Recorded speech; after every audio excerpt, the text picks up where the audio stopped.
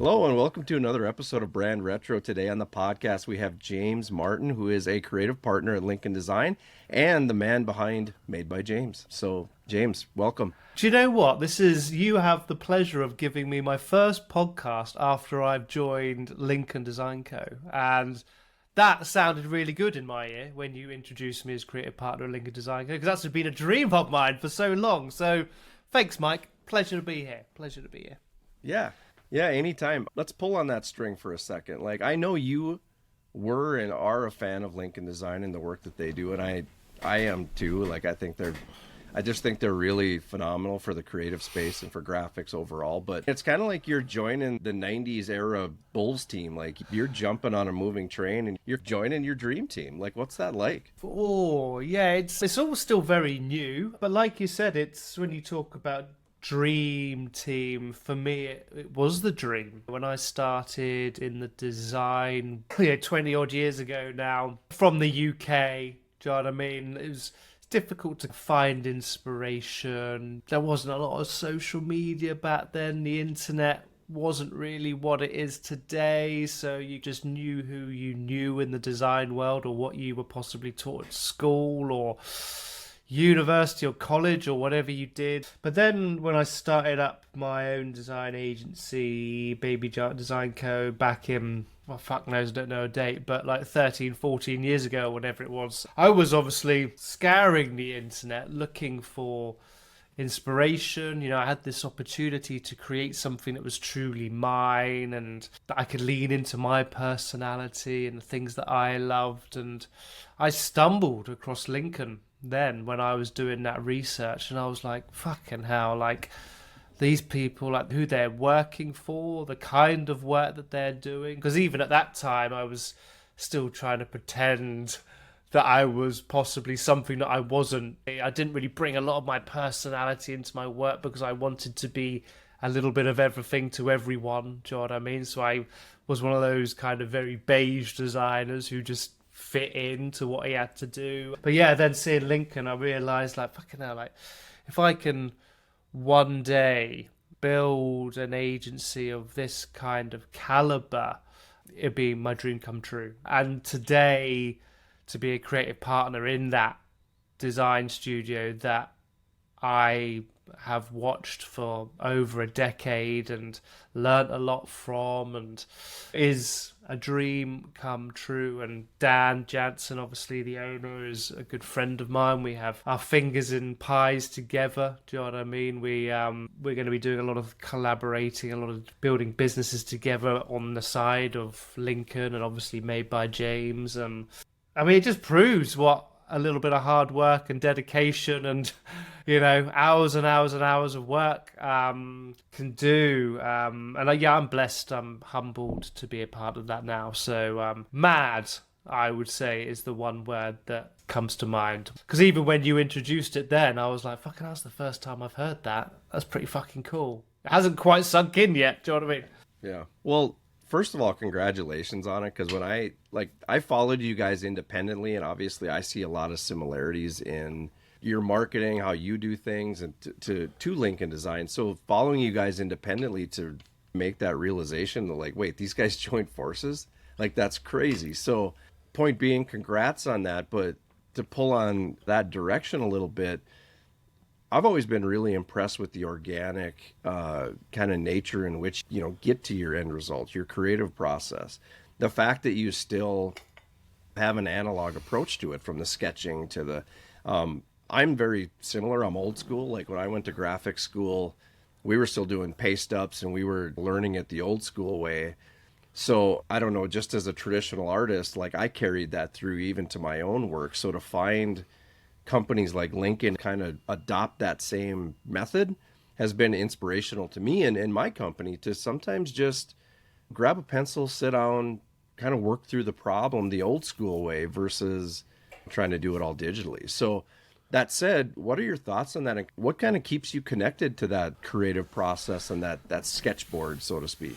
Yeah, great question. And obviously with the rise of digital products, iPads and all the rest of it, it could be easy to sway Do you know what I mean? In a different direction. And technology's great. It does improve certain processes, and it's something that I'm always trying to lean into. But before I was a designer, I was what I would classically call an artist. Do you know what I mean? I was on the other side of the spectrum, so I grew up just drawing, always drawing. You know, I didn't have fucking mobile phones when I was a young kid, so it was a sketchbook and pencil climbing fucking trees. Do you know what I mean? So for me, it was something, art was, like, even through like school, was a place that I felt like I could belong. I wasn't particularly classically bright or intelligent in school when it came to math, the sciences, or anything like that. I was always, like, I think with my dyslexia and stuff that I know now, it was always very difficult for me to learn, absorb knowledge, and retain knowledge, especially if I didn't find it interesting. So art was something that I just always leaned into, continue to draw, have drawn ever since I can remember.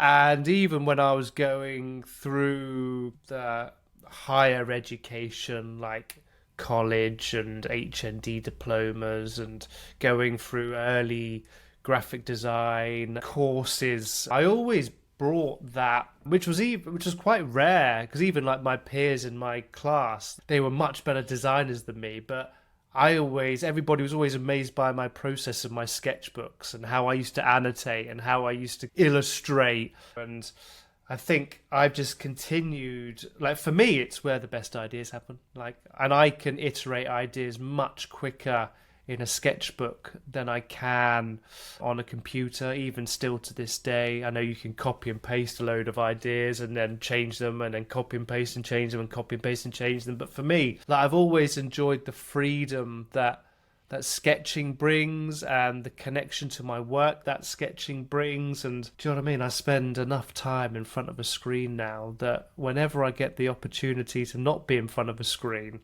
and just draw and doodle and get paid for it, like, for me, that is another one of those dreams. Like, I know I'm not really being paid, I'm being paid for the way I think and how I execute and the ideas that I come up with. Like, it's more about my input than my output, and all of that input happens pencil, paper first, and it always will. Do you know what I mean? Like, I've got whiteboards in the office, you know, I use things like Notion and the note-taking apps and project management stuff, but I still love, like, iterating ideas and getting ideas out in front of me, like out of my mind, in front of me on something tangible that I can look at that isn't a screen. Because for me, it helps me just remember. It helps me feel like I've got it out of my head, and it's just way more fun.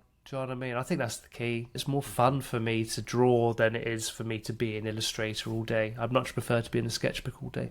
Yeah, I mean, I would like your thoughts on this, but for me as well, it makes it more personal, I think, because I'm actually, hitting pencil to paper and I'm sketching, and I think part of the reason why is because I'm actually working through it more organically, but I also think that it connects back to what got me into this industry in the first place, and it started with the love of drawing and creating, and it's nostalgic to me. No pun intended. The brand retro mindset is that, it connects us back to that place where it's a lot more pure and it's a lot more personal. And I'm with you. Like, I embrace technology as well as anybody, and I think a lot of that stuff's cool. But if I really want to get to the heart of it, or really want to be connected to something, it starts with a sketch or an idea of where my mind is taking it. And then I might transition to digital somewhere in that process. But for me, it's pencil on paper, just because it connects me back to that feeling of creating it from scratch.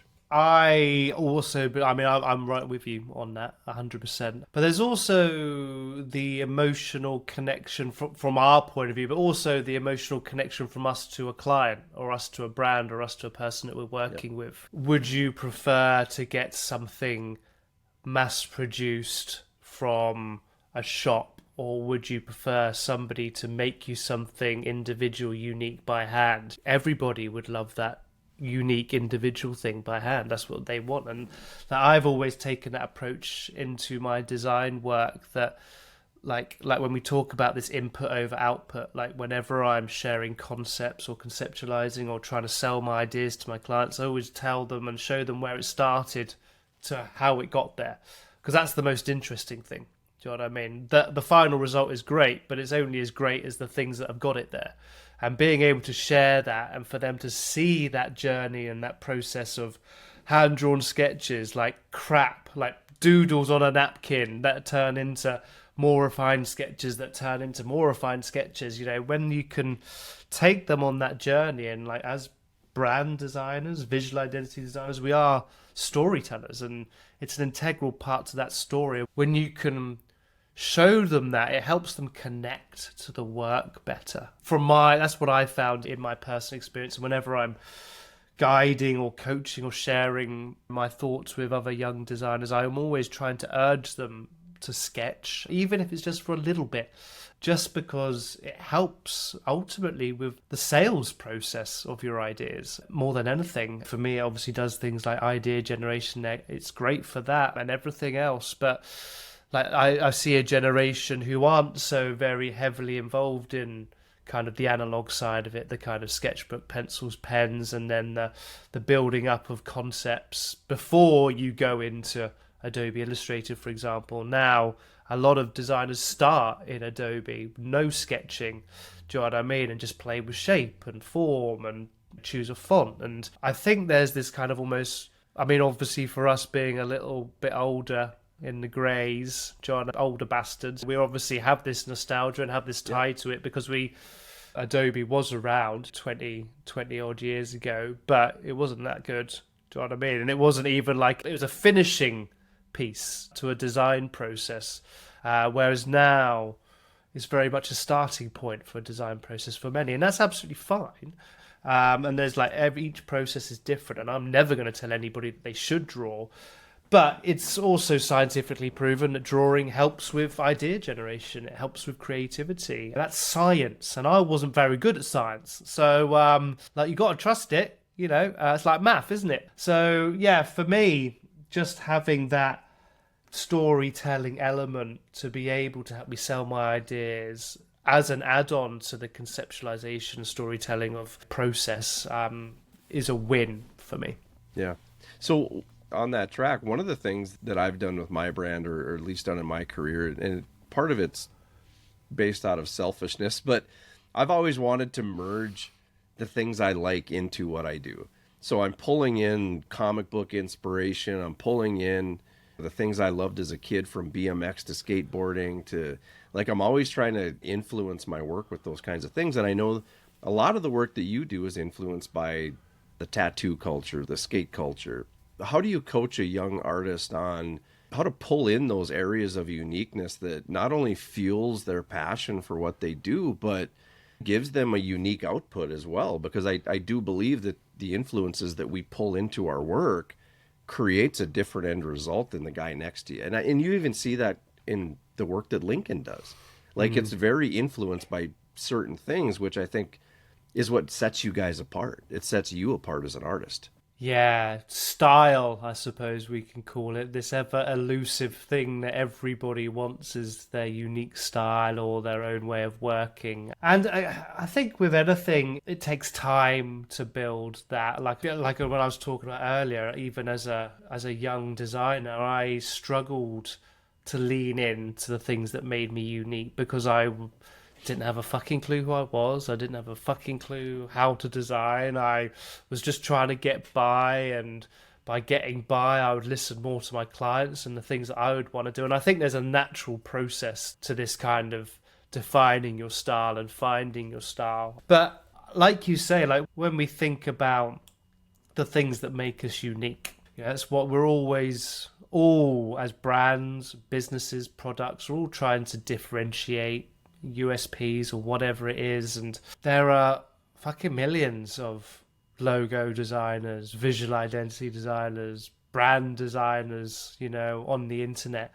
So, like, a million people creating logos, creating a lot of the stuff that looks the same. Execution-wise, output-wise, there's loads of people doing the stuff that we do. But what is the thing that sets us apart? And as I said, like, when we talk about this input side of it, like, the journey, the story we've gone through, the person that we are, the things that we grew up with. These are the things that can influence our style and influence the way we execute. Now you have to trust yourself, you know, you have to take a little bit of a risk. You have to ignore a lot of the noise on Instatwat and, you know, all the rest of the online spaces, and, you know, stay true to the person that you want to become and do things the way that you want to do them, because there is no one size shoe fits all, especially within the kind of creative world. So, you know, and like you mentioned, like when I started to lean more into the things that I grew up with and the things that inspired me, you know, graffiti, tattoo studios, skate culture. Do you know what I mean? I grew up the same as you. It sounds sketching comic books. Do you know, that's what I would do. I would just draw characters and create crazy illustrations. I used to watch like Secret Walls, all these great artists doodling on big sheets of paper and murals and, like I said, graffiti. Like all of these things are the things that I loved growing up, and then I would say, suggest that they lean heavily in that art kind of space. And as I migrated or transitioned across to being a designer, where my work obviously had a job to do, was slightly more objective, had some goals and objectives to meet, sometimes personality can get stripped out of the work because it has to do a certain thing. But like I said, as I evolved and as I grew and as I trusted myself more, that character and that personality started to set me apart from other designers. I started to bring a lot more of that raw, hand-drawn process in, very organic, pushing the boundaries and rebelling against grids and systems and trying to create a space that was made by James's style. And now even people look at logos that aren't mine and go, oh my God, John, that's got made by James vibes. Did you make it? And I'm like, fucking hell, of course I didn't. That's the Monster logo. Of course I didn't touch that one. Do you know what I mean? But like, to have this kind of comparison now it proves to me that leaning into the things that make you unique is the superpower. Do you know what I mean? And it is the thing that sets you apart. And like, I don't need, even like when we go through, like I give like so much away on like Instagram and email, and I create free courses and I share my process openly. And I've always, not always by everybody, but there's been a lot of people who've said like, why do you do that? Do you know what I mean? Like, why would you give it away? These people are your competition. And I'm like, I think I'm only in competition with myself. Do you know what I mean? Like, there's only one person who thinks the way I think, who loves the things I love, who can push the boundaries like I do. There's only one person that thinks like me. Do you know what I mean? So, you know, I think having that kind of almost relentless pursuit to trying to be different has, again, like I said, I don't need every single project to come to me. I don't need every single to do every single logo on the planet. And there's a load of people who hate my style, and that's absolutely fine, because I don't need everybody. I just need a very, very, very small slice of the pie. What I love, not everybody has to love, and that's okay. And vice versa. You know, like I said, it was always a risk to lean into that kind of stuff. But again, like growing up and looking at Lincoln and seeing how unique they were with their execution, and then like even when they used to go on retreats and they used to spend so much time and energy like creating visual identities that there was only ever going to be used for a weekend when they were staying at a cabin doing a work retreat. I was like, the amount of effort these guys go into to continuously evolve their identity and their brand and all the stuff that they used to add in, the visuals and everything, was something that I've just grabbed and I've run with. And like I said, now I get to represent them and be a part of the team is wonderful, because visual identity doesn't stop with a logo and some colours. There's so much more to it. It's so much bigger than that. And I think that sometimes gets lost today. Yeah, I think I personally have taken a lot of cues, inspiration, and just have learned a lot from you personally, and even, like you said, watching Lincoln Design and looking at the effort that they put into things. And you'd mentioned it, like there's so much more that goes into branding and a logo mark and whatnot. And for me, it's, you know, it's almost proof of life when they spend all that time to engineer a logo that's, to your statement, being used for a weekend, but you gave it a life now that you can do something with. You can stretch it, you can make it an annual event, you can package it up, and you've got this experience now that's something you can share with people. And I just think it's huge. You mentioned that idea being it's a risk because it's uncommon, or at least it was a few years back. It was uncommon for people to go down that road. And now I think it's philosophy, and I think it's something that can be learned from brands like ours or Lincoln or whatever, because from that is where the uniqueness comes, and from that is how you develop your style. And there's a happy mix of confidence that has to find its way in there at some point as well. But when you bring all these ingredients together, you will have developed a style. And like you said, our style doesn't have to be for everybody, and all I need is a piece. I just need a group of people that like what I do, and I can build it and evolve it and take it from there. But I couldn't agree more, basically. Yeah, and I think that's the beauty of social media, isn't it? Like, there are the good sides and bad sides to everything. But when it comes to, like, as a kid, if I wanted to learn something, I had to go to a library. Do you know what I mean? I actually physically had to get off my butt, go to the local library, which was fucking miles away, and read something. Do you know what I mean? Like, computers, internet wasn't as accessible. Dial-up was, it took fucking ages. And even back then, it wasn't the power that it was like 25, 30 years ago. It just wasn't there. But today, the accessibility, there's two sides to it, isn't it? There's the kind of anxiety building side of accessibility to others, because there's the comparison, and then there's all the other stuff that goes with that, which is a serious challenge in today's world. But there's also that flip side of it, where with a simple mindset shift, it's like when you understand that, for example, there's no point a designer who's 20 years old starting comparing themselves to a Lincoln or a Draplin or a And Walsh or a Sagmeister who've been doing it for 20, 30, 40 years. Do you know what I mean? So when you strip out that mindset and think about, well, like how can these people inspire me, and how can these people help me get to where I want to be? Very similar to what I did with Lincoln. Is like, rather than comparing, just sit there and learn. Like, you can watch the best of the best online for free these days, and you can learn from them every single day for free. You don't even have to move. And that is the beauty of the internet. That's the beauty of the Instagrams, the connections that you can have to people, the access you can have to seeing what work they're doing, their process. Especially, there are a lot of gatekeepers in our industry, but there's also a lot of people that don't gatekeep and share and gift and offer value all the time. And I think that's especially Instagram and all the rest of it, they do get a bit of a bad rep sometimes, but they're so powerful if used in the right way. I like to think that I was creating content before creating content was cool. Do you know what I mean? I've been doing it like well over a decade,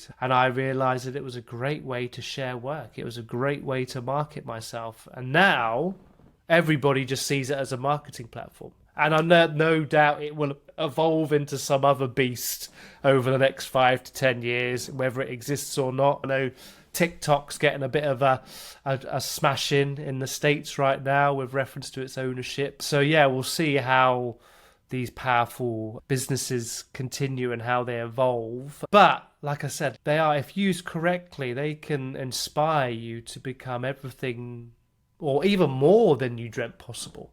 Do you know what I mean? Like, I don't think I'd be doing the things I'm doing.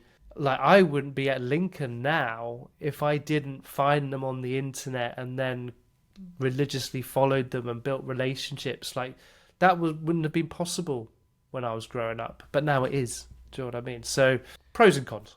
Yeah, and I would add that, and I've already put it out there, and if you've listened to my podcast at all, I've said this multiple times. I am a huge fan of Lincoln, and I want to find myself on the path that you found yourself on, and the fact that you actually pulled it off gives me hope that I can too, and that's what I find inspiring about it. And I would go as far as to say, I think you were doing social media in a way before social media was cool, because I've been following you for a long time, and I'm of the same mindset as you with my clients and with the people I work with. I give it away all the time. I give them at least the answer that this is how I would do it. I just give it away because I think educating and helping and lifting others up and that all ships rise with the tide kind of mentality, it's important for our industry. And the fact that you've been putting it out there in a much more polished way from a content perspective, I think has been awesome, not only for me, but for anybody who's looking to carve their own path or build their own business or whatever. So I hate to label you, but you've been a thought leader in that space. And I think the fruits of your labor is where you're at today, where now all of a sudden you leveled up, you formed a new partnership. It seems very strategically engineered when you look at the whole body of work, but you didn't know what you didn't know, right? And now it led you here. Yeah, and I think that's firstly very kind. And I think it's falling forward. I can't tell you that I knew where I was going because nobody can predict the future, can they? But there was a huge there's always been strategy in the things that I do. There's always been a reason why I do the things I do. Now, whether the fruits of that effort evolve into the things I want is out of my control. But I've always, like, even on like my rings, like my little Made by James gold signet ring here, you know, on the inside inscribed in it is effort is free. Do you know what I mean? Like, for me, like, I've always understood that, like, not all I say that I haven't always understood, but over the last decade especially, and even more so over the last 5 years, like, my destiny is controlled by me and my effort. I am just another designer. I live in a small village in the middle of, well, not in the middle of the UK, on the south coast of the UK, like, population, like, I think it's like 3,000 or 4,000. Do you know what I mean? Like, nobody knows me from Adam. There's nothing around here. But I gambled on myself. I made a bit of a bet with social media. I used it in a way that it wasn't being used for like 10, 11 years ago. I definitely used it to share my work and share my process. And over those 10 years, I always wanted to grow and be more and do more. And like 2.5 years ago, I became sober. I stopped drinking because I realized that I was the only one getting in the way of the things that I wanted to do. And I can, with like wake up every day and tell people to be all they can be when I was recovering from a hangover or a fucking night on drugs. Do you know what I mean? So, like, what it's done is it's almost this kind of accountability of this beautiful kind of community that I've created have helped me level up. Do you know what I mean? Like, hearing the wonderful thoughts and the wonderful comments and the kindness that flow in on the daily. It's like, do you know what I mean? It helps me continue. It helps me be more and try and do more for people, because it can be quite a lonely road for sure. But yeah, would I classify myself as a thought leader? Definitely not. I think I just guessed right, took a bit of a gamble on myself, and like the knowledge, like, this is why I've always been very, like yourself, being very open with the knowledge I know, is because it's not mine to keep. It's not mine to own, because I've learned what I've learned from watching others. Do you know what I mean? I've maybe made it my own and tweaked it to be Made by James, but it's not mine to own. So when people ask me about anything, why the reasons I share my process, talk about my pricing and all the rest of it, is because that knowledge isn't mine to hide from others. Like, I know if I share what I know, I can help the design industry. Do you know what I mean? Rather than try and help myself, which is what some do. It's, I think, each to their own. But like I said, like, my big mission now as I evolve and grow into the human that I want to become, like, I think I'm only just getting started, mate. In all honesty, I think this is the start for me now. Do you know what I mean? Lincoln, Made by James, the education space. Yep. And for me, this is where the fun starts. And my main aim is to leave the design industry better than when I found it. That's it. Simple as that. And people like yourself are doing the same, so I can only thank you. So yeah, I love it, mate. Do you know what I mean? I absolutely love it. But like I said, to my point, like Yeah. nobody had a fucking clue who I was 15 years ago. Nobody gave a shit about who I was 10 years ago, but I just kept showing up, just kept trying, kept putting effort in. And now a few people care. And then hopefully in another 20 years, a few more people will care. Do you know what I mean? So it's amazing what you can do when you say yes to yourself. And I think it's cool that you used creativity and the industry and your clients' work, and you use those things in a way to put yourself on the map, regardless of where you are. Like you said, you're in a small village in the UK, but man, a lot of people know who you are, and they might not know where you're at or what you're doing, but they know you exist and they're following your work. And for us, like we're housed out of a small town in Minnesota. We have I think, a very West Coast influence on the different things that we do, because I follow all those brands and I follow those designers and I really like that style and it meshes with my own personal interests. But the fact that I can be in a small town in Minnesota and own that cliche of we're a Midwest agency with West Coast vibes, that's pretty cool because I can do that from anywhere. And the internet technology, creating content like you've done, that allows us to do that, and it allows us, I think, to unearth and to pull some of those creatives to the top and show it to the world. Because you'd made the point earlier, not that long ago, you only knew what was around. You only knew, what was completely mainstream, and everything on the fringe was lost because technology couldn't show you that yet. Yeah, and that's it. Even like from a work standpoint, do you know what I mean? It was like when I started as a designer, it was like you worked in your local village and then you worked with your friends and your family, and then if you were lucky, you would work with the close biggest city. Then if you were luckier, you'd work in the capital, and that was it. Do you know what I mean? Like if you got a client from London, you'd fucking made it. Do you know what I mean?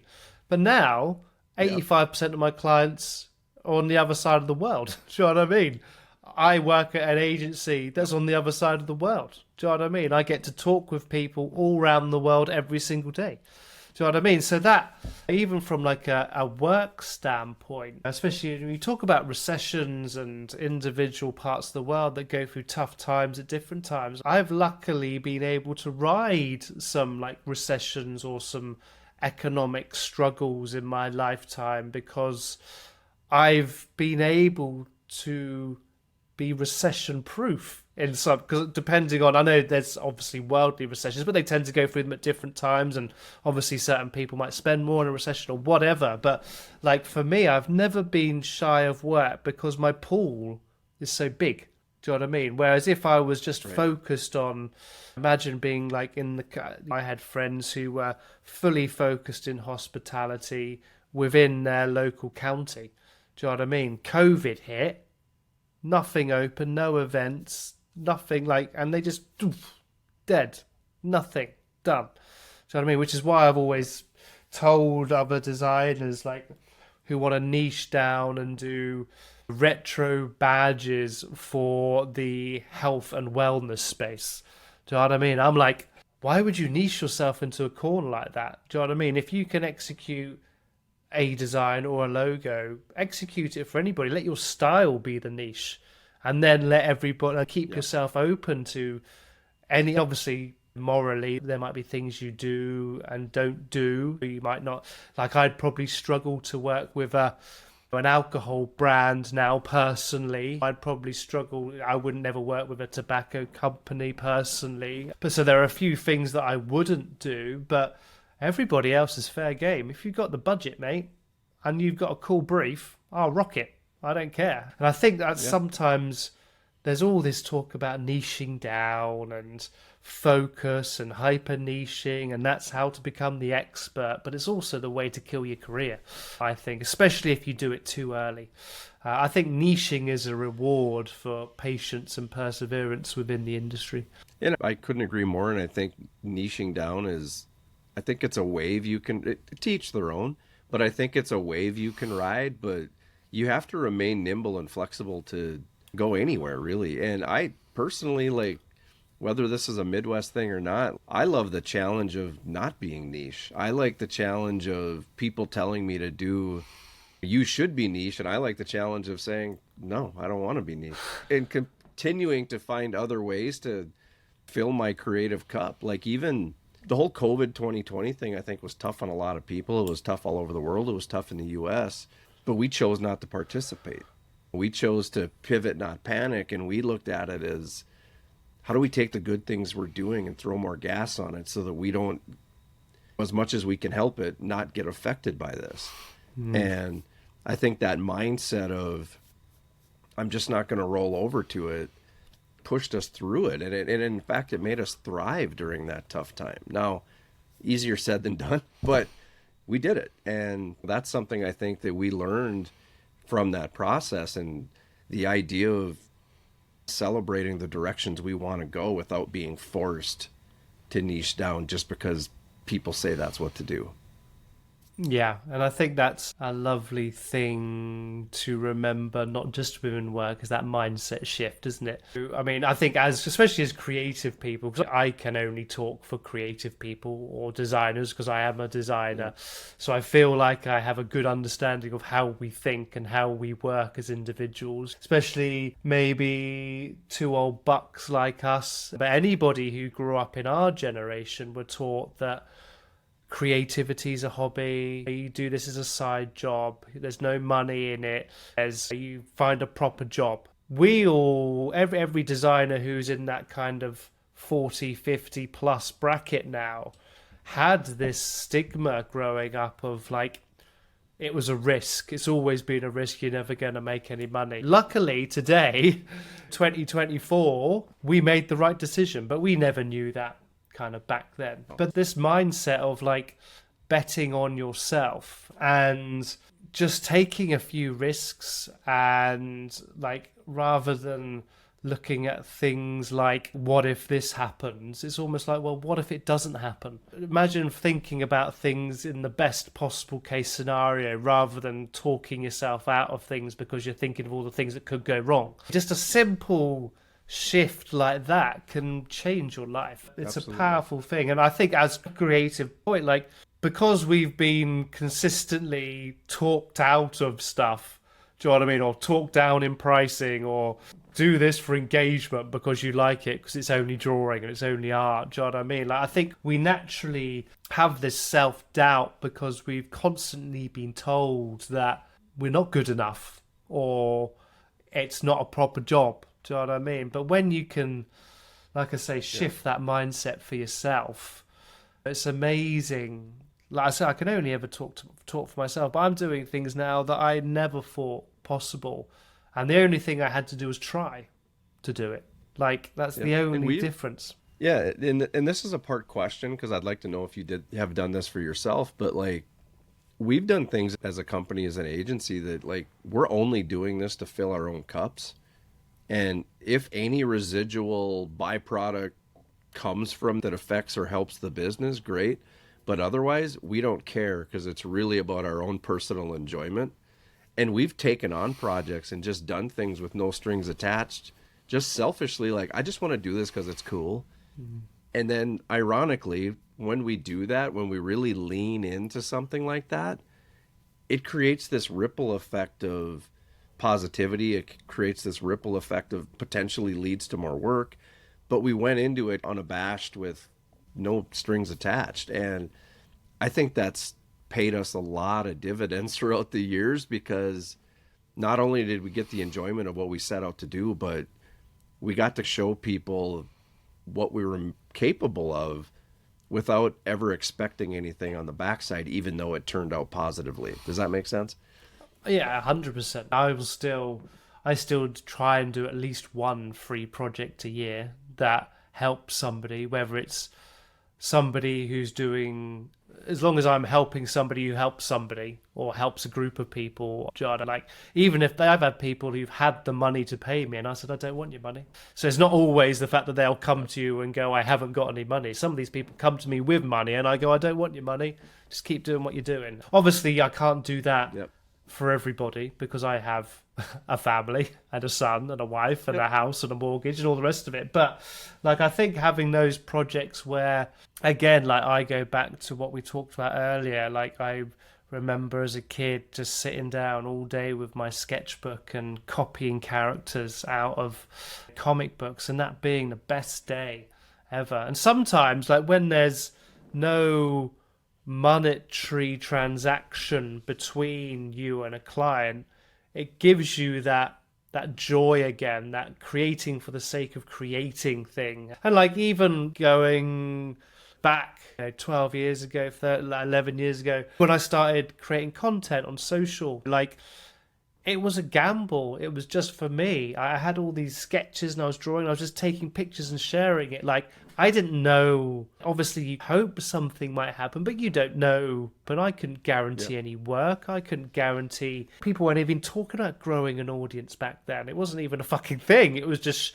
share your pic. I used to share pictures of my dog, my work. Do you know what I mean? Like the fire pit, me drinking. And then I started to use it more and more for kind of work based. But it's just to kind of, I realized that nobody was really sharing their process back then. So I thought, you know what? Even like, wouldn't it be cool if I started sharing my process and other designers started sharing their process so we could all start to learn each other's process? And that was it. But then, like, that was all for me. I don't get paid. I've never done paid ads for social media. I've never taken anybody's money for some social media. You know, I've just done it all off my own back. Do you know what I mean? Still to this day, I haven't done one paid ad because I didn't create this community to sell products to other people. I have my own newsletter and I have my own products, and when I have something cool that comes out, I'll sell it. Or if I'm a part of a conference or something, of course I'll sell it. But if somebody wants to offer me a desk, they're going to give me a desk for me to do a reel for them, I'm like, fuck you, mate. I didn't build this audience so you could jump all over them and just give me a desk. And again, like, there's nothing wrong with paid ads. I have a load of good friends who sponsored ads and paid ads, and that's great. But it's just not something that I've ever like enjoyed the side of. I've always wanted to keep my social media, my free content, free, just full of value. I give away stuff every now and again. I try and share knowledge, and that's it. Do you know what I mean? There's no kind of ulterior motive of it. It is an interesting world, that social media world. But yeah, for me, I can't even remember what we were talking about. I went off on an absolute massively long tangent then. Whatever I said, hopefully made sense. It did. And to kind of wrap things up, I think your ability to align intention with the humbleness, with the education, like, I think the ingredients that you work from comes from a very pure place. And I think we're all lucky that you're in the industry and helping share a lot of that with us. So with that, I want to thank you again for being on the podcast, and congratulations on your career. Man, I appreciate it. It means a lot. And we'll have to do this again sometime. It was good fun. And thank you for a good conversation. I love a good chat. So I appreciate you and everything that you're doing. If you'd like to learn more about CyberDogs, share your thoughts, or even ask a specific question about this episode and or the brand Retro Mindset, contact me directly at mike@cyberdogsmarketing.com.